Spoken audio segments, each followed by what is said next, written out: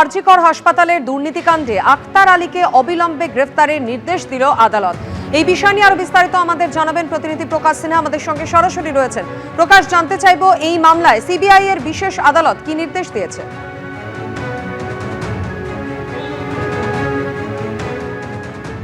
দেখো, আক্তার আলী তুমি জানো বারবার আর.জি. কর দুর্নীতি মামলায় এই নাম সামনে এসছে এবং তাকে কিন্তু সিবিআই এর তরফেই দাবি করা হয়েছিল যে তিনি নাকি হুইসেল ব্লোয়ার, তিনি গোটা এই যে আর.জি. করের দুর্নীতি তার হুইসেল ব্লোয়ার হিসেবে তিনি কিন্তু দুর্নীতি সামনে নিয়ে এসেছেন এবং সেই আক্তার আলীকে আজকে অবিলম্বে গ্রেফতার করতে হবে। সিবিআই এর স্পেশাল কোর্টের নির্দেশ। সিবিআই স্পেশাল কোর্টের যিনি বিচারক সুজিত কুমার ঝা, তিনি আজকে যখন এই মামলার শুনানি চলছিল তিনি যেটা বলেন যে তিনি বুঝতেই পারছেন বা তিনি যে নথি তার সামনে পেশ করা হয়েছে সেটা দেখে বুঝতেই পারছেন যে গোটাটাই কিন্তু ট্যাকটিস, অর্থাৎ কোর্টে যাতে না আসতে হয় সেই ট্যাকটিস প্লে করছেন এবং তাকে অবিলম্বে গ্রেফতার করা হোক।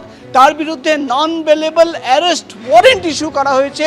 এবার দেখার বিষয় হবে সিবিআই তাকে কবে গ্রেফতার করে। আমরা আমাদের সঙ্গে রয়েছেন সন্দীপ ঘোষের আইনজীবী সঞ্জয়বাবু, কোর্টে দাঁড়িয়ে আপনিও সওয়াল করেছেন। আপনি যেটা একটা খুব ইম্পর্টেন্ট পয়েন্ট বললেন যে 1.5 বছর ধরে সন্দীপ ঘোষরা 5 জন তারা জেলে রয়েছে, আক্তার আলী কেন ঘুরে বেড়াবে, কেন এই কথা আপনি বললেন?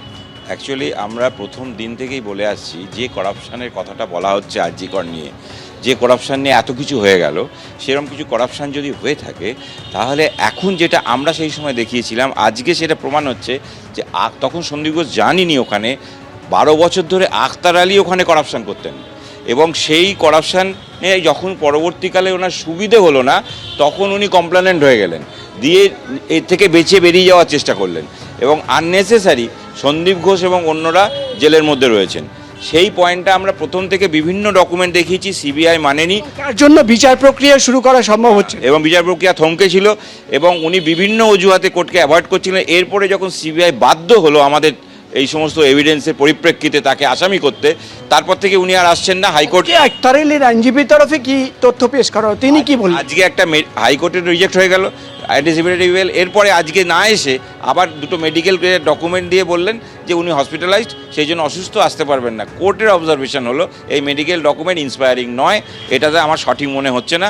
আর তাছাড়া পুরো ওর যদি কন্ডাক্ট দেখা যায় তাতে দেখা যাচ্ছে কোর্টকে উনি উইলফুলি অ্যাভয়েড করছেন। সুতরাং এই ধরনের লোককে ছেড়ে রাখা যায় না, নন বেলেবল ওয়ারেন্ট ইস্যু করলেন।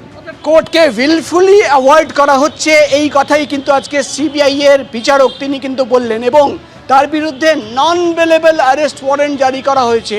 এবার দেখার বিষয় হবে যে সিবিআই হাওড়ায় যে নার্সিংহোমে তিনি ভর্তি রয়েছেন সেখানে কবে যায় এবং কবে আক্তার আলীকে কোন সময় গ্রেফতার করা হয় সেটাই কিন্তু এখন দেখার বিষয়, যেহেতু সিবিআই স্পেশাল কোর্টের তরফে তার বিরুদ্ধে কিন্তু নন বেলেবল অ্যারেস্ট ওয়ারেন্ট জারি করা হয়েছে এবং সিবিআইকে নির্দেশ দেওয়া হয়েছে যে অবিলম্বে আক্তার আলীকে গ্রেফতার করা হোক। ধন্যবাদ প্রকাশ। অন্যদিকে বিজেপি বিধায়ক অগ্নিমিত্রা পালের মন্তব্যকে কেন্দ্র করে বিধানসভায় একেবারে তুলকালাম পরিস্থিতি। ঠিক কি পরিস্থিতির সৃষ্টি হলো, কি কারণে এই অগ্নিগর্ভ পরিস্থিতি বিধানসভার অন্তরে, আরো বিস্তারিত আমাদের জানাবেন প্রতিনিধি উজ্জ্বল মুখোপাধ্যায় আমাদের সঙ্গে রয়েছেন। উজ্জ্বল, দেখো, সেটা হচ্ছে যে বাজেট নিয়ে আজকে বিধানসভায় আলোচনা শুরু হয়েছে এবং বাজেট বক্তৃতায় কিছু মন্তব্য অগ্নিমিত্রা পাল করেন। মূলত তার বক্তব্য ছিল যে মাদ্রাসা থেকে একসময় ডাক্তার ইঞ্জিনিয়াররা বেরোতো, এখন দেখা যাচ্ছে মাদ্রাসা থেকে যারা বেরোচ্ছে তারা হাতে অস্ত্র তুলে নিচ্ছে এবং সংখ্যালঘু সংক্রান্ত বেশ কিছু বিষয় তিনি প্রশ্ন তোলেন। আমরা দেখতে পাই অগ্নিমিত্রা পালের বক্তৃতা শেষ হওয়ার সঙ্গে সঙ্গে ফিরহাদ হাকিম তিনি উঠে দাঁড়িয়ে প্রতিবাদ জানাতে থাকেন এবং তার বক্তব্য ছিল যে এই ধরনের মন্তব্য কোনোভাবেই বিধানসভায় করা যায় না।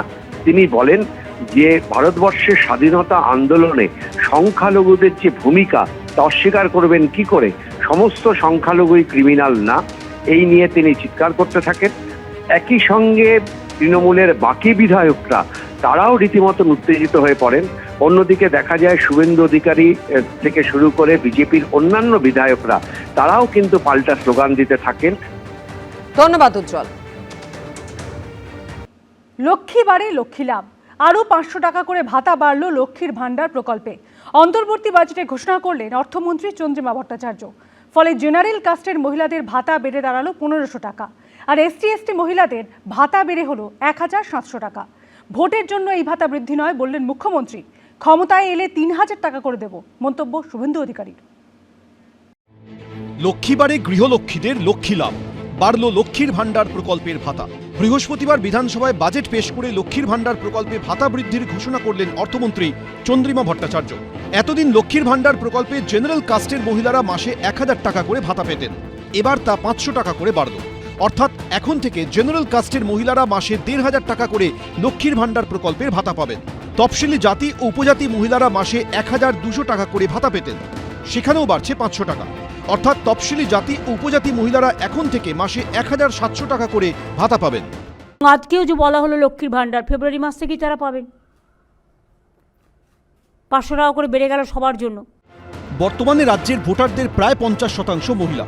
২০২৫ সালের ভোটার তালিকা অনুযায়ী পশ্চিমবঙ্গে মোট ভোটারের সংখ্যা ৭,৬৩,০০,০০০ বেশি।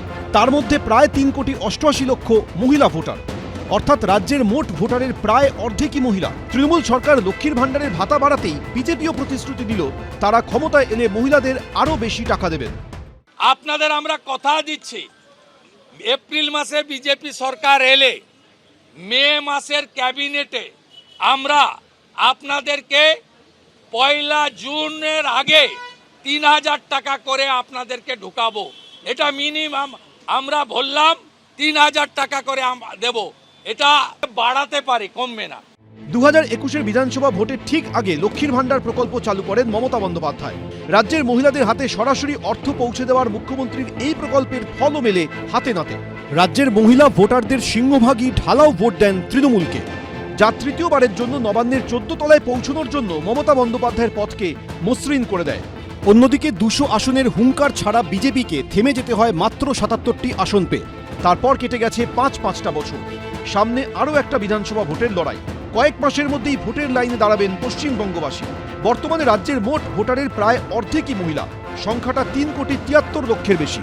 এই আবহে ভোটের মুখে লক্ষ্মীর ভাণ্ডারের টাকা বাড়ালেন মমতা বন্দ্যোপাধ্যায়। কিন্তু এবার কি ভোট বাক্সে প্রভাব ফেলবে এই ভাতা বৃদ্ধি? অনেক হেল্প হবে, অনেকটা সুবিধা হবে। ধন্যবাদ মুখ্যমন্ত্রীকে জানাচ্ছি। এই ১,০০০ টাকা ১৫০০ টাকা দিয়ে তো আমাদের চলবে না। লক্ষ্মীর ভাণ্ডারে ৫০০-১,০০০ না বাড়িয়ে ছেলে মেয়েদের একটা কাজের ব্যবস্থা করে দেবে। আমাদের এই মহিলারা সবাই খুব খুশি। তৃণমূল শাসিত পশ্চিমবঙ্গই নয়, বিজেপি শাসিত মধ্যপ্রদেশে লাডলি বাহেনা প্রকল্প, এনডিএ শাসিত রাজ্য মহারাষ্ট্রে লড়কি বাহেন প্রকল্প, বিজেপি শাসিত রাজ্য অসমে অরুণোদয় প্রকল্প, ছত্তিশগড়ের বিজেপি সরকারের মাতৃ বন্দনা অনুদান এবং দিল্লির বিজেপি সরকারের মহিলা সমৃদ্ধি অনুদান রয়েছে। এছাড়াও ঝাড়খণ্ডে জেএমএম এবং কংগ্রেসের জোট সরকারের মাইয়া সম্মান প্রকল্প, কর্ণাটকের কংগ্রেস সরকারের গৃহলক্ষ্মী প্রকল্পও রয়েছে। ভোটের মুখে এবার পশ্চিমবঙ্গে আরও ভাতা বাড়ালো তৃণমূল সরকার। ইলেকশন ইয়ার আসছে বলে আমরা কিছু বললাম সেটা করলাম না তা নয়। লক্ষ্মীর ভাণ্ডারে ৫০০ টাকা বাড়াচ্ছে, আমি এর বিরোধী নয়। আমি চাই ৫,০০০ করে দেওয়া হোক, তার পরিবর্তে রাজ্য কিছু কাজও বুঝে নিক ওদের কাছ থেকে। এখন প্রশ্ন হলো, আসন্ন বিধানসভা ভোটে মহিলাদের জন্য এই ভাতা বৃদ্ধি কি বড় ফ্যাক্টর হবে? আশাবুল হোসেন, উজ্জ্বল মুখোপাধ্যায়, শুভেন্দু ভট্টাচার্য, এবিপি আনন্দ। এবিপি আনন্দ, এগিয়ে থাকে, এগিয়ে রাখে।